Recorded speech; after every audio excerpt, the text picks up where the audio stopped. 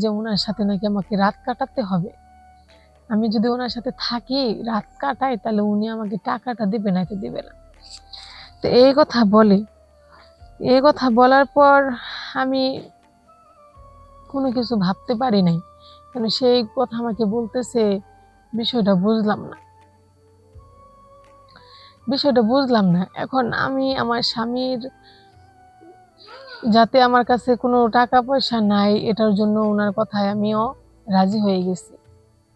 রাজি হয়ে যাওয়ার পর ওনার সাথে আমার এরকম সম্পর্ক হয়েছে। হওয়ার পরে তারপর উনি আমাকে কিছু টাকা দিছে, আমি নিয়ে এসে আমার স্বামীর কাছে দিছি, বলছি যে এই যে নাও, টাকা নিয়ে গিয়ে বাজার করো। করার পর উনি আমাকে বলতেছে যে তুমি টাকা কোথায় পাইলা? আমি বলছি ওনার কাছ থেকে ধার করে নিয়ে আসছি, তোমার চাকরি হইলে পরে ধরে দিয়ে দেবা। উনি এভাবে মাইনা নিছে। কিন্তু উনি আমাকে এখন থেকে প্রায় ডাকে, ওনার সাথে যাইতাম, গিয়ে আমি কথাবার্তা বলতাম, ওনার সাথে থাকতাম। প্রত্যেক দিন এরকম বাজে বাজে কথা বলে। যদি আমি না করি তাহলে আমার সাথে ফিল আপ করে যে এই করছে, কেন থাকি না, তাহলে ফটোকপি রেখা দিছে, ছবি রেখা দিছে, এগুলো আমার স্বামীকে দেখাবে, ব্যাকমেল করতেছে। এখন আমি ব্যাকমেলের ভয়ে ওনার কাছে যাই। যাওয়ার পরে আমার স্বামী একদিন একটু আভাস পাইছে, আমাকে বলতেছে যে তুমি আর ওই ভাইয়ের কাছে যাবা না, ওনার কাছ থেকে যে কটা টাকা আনছি ওনাকে দিয়ে দেবা। আমি বলছি আচ্ছা। কিন্তু ওনার কাছে যাওয়া বন্ধ করছি দেখে উনি আবার আমাকে ব্যাকমেল করতেছে, ওনার কাছে যাইতেই বলতেছে যে ওনার কাছে যাইতাম। পরে আমি না করছি, না করার পরে উনি আমাকে হুমকি দিচ্ছে যে তুমি যদি না আসো তাহলে যে ভিডিও তোমার স্বামীর কাছে দেখাই দিব। আসসালামু আলাইকুম গাইস, আমি আবারই আসছি আপনাদের কাছে। আমি ফারজানা, আপনাদের সম্মুখী হয়ে কিছু কথা আমি আপনাদেরকে বলবো। আমাদের জীবন কাহিনী গল্পগুলো আপনাদের কাছে আমি তুলে ধরতে চাচ্ছি। আশা করি আমার গল্পগুলো আপনারা বুঝতে পারবেন এবং কি আমাকে সাপোর্ট করবেন, আমাকে কপি লিঙ্ক করবেন, শেয়ার সময় গিয়ে শেয়ার করবেন। আমার পাশে থাকলে আমি নিত্য নতুন ভিডিও আপনাদেরকে আপলোড দেব। এখন আমি আমার জীবনের কিছু গল্প আপনাদের কাছে বলবো। আশা করি এই গল্পগুলো আপনারা শুনবেন। আমি এই কাজগুলো কি ভালো হচ্ছে না খারাপ হচ্ছে, নিশ্চয়ই আপনারা আমাকে বলবেন। আর আমার এই কথার অনুযায়ী যা কিছু সতর্ক হওয়া দরকার আপনারা সতর্ক হবেন। এই সতর্ক হওয়ার কারণে কিন্তু এই গল্পগুলো আপনাদের মাঝে আমরা তুলে ধরছি। আগে কিন্তু আমি আমার নাম আপনাদেরকে বলছি, আমার নাম ফারজানা, আমার বাড়ি হচ্ছে যশোহর।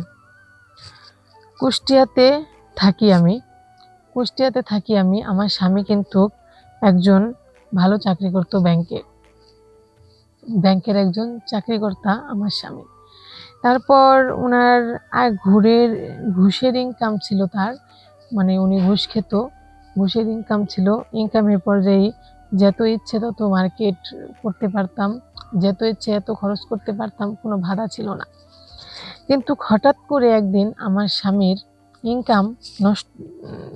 ইনকাম করার রাস্তাটা বন্ধ হয়ে যায়, যেটার কারণে আমাদের সংসারে অভাব অনটন দেখা দেয়। এখন বুঝতেই তো পারছেন, চাকরি নাই আমার স্বামীর, আগের মতো টাকা পয়সা আসে না, বেতনই আসে না, ঘুষ তো আসবে কোথা থেকে? চাকরি না থাকলে তো মানুষের পথে বসতে হয়, যেতটুকু আপনারা বুঝেন। তারপরে মনে করেন যে এরকমটা হয়েছে। হওয়ার পর আমার সংসারে অভাব অনটন অনেক দেখা দিয়েছে, যাতে আমি দুই চোখে কোনো কিছু দেখতে পারতেছি না, অন্ধকার। এটার কারণে আমি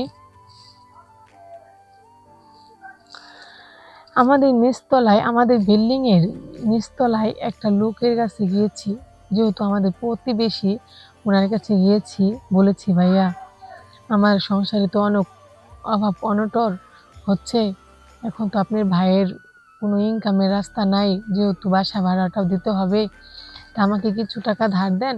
আমার স্বামী এই মাসে না হলেও সামনের মাসে যে কোনো একটা ব্যবস্থা করে নেবে, তারপর আমি আপনার টাকাটা দিয়ে দেব। ওই লোকটা আগে আমার সাথে খুব ভালো ব্যবহার করছে, উনি আমাকে টাকা দিবে সেটাও বলছে। তো আমি তো কষ্টের মাঝে কয়েকটা টাকা ওনার কাছ থেকে ঋণ পাবো, সেটা ভাইবা তো আমার অনেক অস্থিরতা লাগতেছে, যে অনেক খুশি লাগতেছে যে অনেকদিন পর হয়তো দুই ললা ভাত পেট ভরে খেতে পারবো। টেনশনে খেতে পারি নাই। আমার স্বামীর কোনো জব নাই, কোনো চাকরি নাই। না থাকলে এরকম মেয়েরা কেমনে চলে? সেই মেয়েরাই একমতন বুঝে যে ইনকাম ছাড়া, স্বামীর ইনকাম ছাড়া মেয়েরা কত কষ্টে কইরা তারপরে মনে করো সংসারটারে চালায়। যে মেয়ে চালায় সেই মেয়েই বুঝে যে কেমনে সংসারটাকে চালাতে হয়। আমি ওরকম একটা পরিস্থিতিতে পড়েছিলাম। তারপর উনি আমাকে আগে এই কথা বলছে দেখবে, তারপর সে আমাকে বলছে যে উনার সাথে নাকি আমাকে রাত কাটাতে হবে। আমি যদি ওনার সাথে থাকি, রাত কাটাই, তাহলে উনি আমাকে টাকাটা দিবে নাকি দিবে না। তো এই কথা বলে, এই কথা বলার পর আমি কোনো কিছু ভাবতে পারি নাই, কারণ সেই কথা আমাকে বলতেছে। বিষয়টা বুঝলাম না, বিষয়টা বুঝলাম না। এখন আমি আমার স্বামীর যাতে আমার কাছে কোনো টাকা পয়সা নাই, এটার জন্য ওনার কথায় আমিও রাজি হয়ে গেছি। রাজি হয়ে যাওয়ার পর ওনার সাথে আমার এরকম সম্পর্ক হয়েছে। হওয়ার পরে তারপর উনি আমাকে কিছু টাকা দিছে, আমি নিয়ে এসে আমার স্বামীর কাছে দিছি। বলছি যে এই যে নাও, টাকা নিয়ে গিয়ে বাজার করো। করার পর উনি আমাকে বলতেছে যে তুমি টাকা কোথায় পাইলা? আমি বলছি ওনার কাছ থেকে ধার করে নিয়ে আসছি, তোমার চাকরি হলে পরে ধরে দিয়ে দেবা। উনি এভাবে মাইনা নিছে। কিন্তু উনি আমাকে এখন থেকে প্রায় ডাকে। ওনার সাথে যাইতাম, গিয়ে আমি কথাবার্তা বলতাম, ওনার সাথে থাকতাম। প্রত্যেক দিন এরকম বাজে বাজে কথা বলে। যদি আমি না করি তাহলে আমার সাথে ফিল আপ করে যে এই করছে, কেন থাকি না, তাহলে ফটোকপি রেখা দিছে, ছবি রেখা দিছে, এগুলো আমার স্বামীকে দেখাবে, ব্ল্যাকমেল করতেছে। এখন আমি ব্ল্যাকমেলের ভয়ে ওনার কাছে যাই। যাওয়ার পরে আমার স্বামী একদিন একটু আভাস পাইছে, আমাকে বলতেছে যে তুমি আর ওই ভাইয়ের কাছে যাবা না, ওনার কাছ থেকে যে কটা টাকা আনছি ওনাকে দিয়ে দেবা। আমি বলছি আচ্ছা। কিন্তু ওনার কাছে যাওয়া বন্ধ করছি দেখে উনি আবার আমাকে ব্ল্যাকমেল করতেছে, ওনার কাছে যাইতেই বলতেছে যে ওনার কাছে যাইতাম। পরে আমি না করছি। না করার পরে উনি আমাকে হুমকি দিচ্ছে যে তুমি যদি না আসো তাহলে যে ভিডিও তোমার স্বামীর কাছে দেখাই দিব। পরে আমি বলতেছি যে আপনি আমার সাথে এরকম করতে পারেন না, আপনার কাছ থেকে আমি টাকা আনছি হাওলাত। পরে আমার স্বামীর চাকরি হয়েছে, চাকরি হওয়ার পরে মাসের বেতন স্যালারি তুইলা উনি আমাকে টাকা দিয়ে দিছে, আমি ওই টাকাও ওনাকে দিয়ে দিছি। কিন্তু টাকা দিয়ে দিলে কি হবে, কিন্তু ওনার বদমাশি তো কমতেছে না। এখন গাইস আপনারাই বলেন, এখন যদি উনি আমাকে এভাবে ব্ল্যাকমেল করে, আমি কি ওনার হাসির পাত্র হব? ওনার কি দেখার মতো এমন কোনো জিনিস আছে নাকি নাই? ওকে আমাকে আসলে ভিডিও করে রাখছে নাকি না রাখে না, আমি তো সঠিক এটাও জানি না। এখন আমার স্বামীর সাথে যদি উনি সবকিছু বইলা দেয়, তাহলে আমার স্বামী আমাকে কি বলবে? আমাকে খারাপ বলবে, আমার সংসারটা ভেঙে যাবে। এখন আপনারাই বলেন, এরকম বিপদে ফেলায় যেসব পুরুষ এই মেয়েদেরকে অত্যাচার করে, ওইসব পুরুষদেরকে কি করার দরকার, কোথায় রাখার দরকার? আমি ছেলেদের উদ্দেশ্য করে বলতেছি, যেসব ছেলেরা এসব কাজ করেন, আমি আপনাদের পায়ে ধরে বলি, কোনো মেয়ে মানুষের দুর্বলতার সুযোগ নিয়ে এসব কাজ করেন না। ওই মেয়েটার সংসারটা ভাঙেন না। হয়তো আপনি সুখ ওনাকে না এনে দিতে পারলেও সুখের সংসারটা নষ্ট করার চেষ্টা করবেন না। আমি আরো মেয়েদেরকে বলতেছি, আমার মতো ভুল কোনো মা বোন তোমরা করবা না। কোনো বোনেরাও এরকম অভাবের মধ্যে পড়া কারো কাছে সাহায্য চায়া যদি ওরা তোমাকে থাকতে বলে, তাহলে কোনো সময় ওই লোকটার সাথে থাকবা না। যদি একদিন থাকো না, তাহলে দেখবা ওই ভিডিও দিয়ে তোমাকে সারা জীবন ব্ল্যাকমেল করতে থাকবে, ব্ল্যাকমেল করতে থাকবে, তোমার সংসারটারও তছনছ করে দিবে।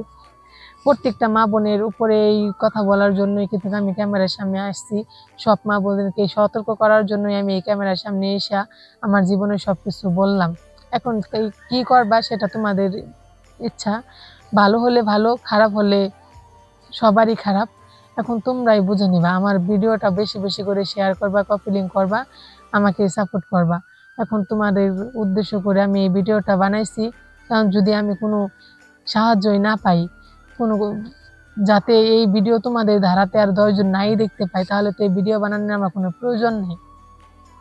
তোমরাও দেখো, বেশি বেশি করে অন্য কেউ দেখাও, আর বেশি বেশি করে মানুষকে সতর্ক করো। এখন আমি রাখছি। খোদা হাফেজ।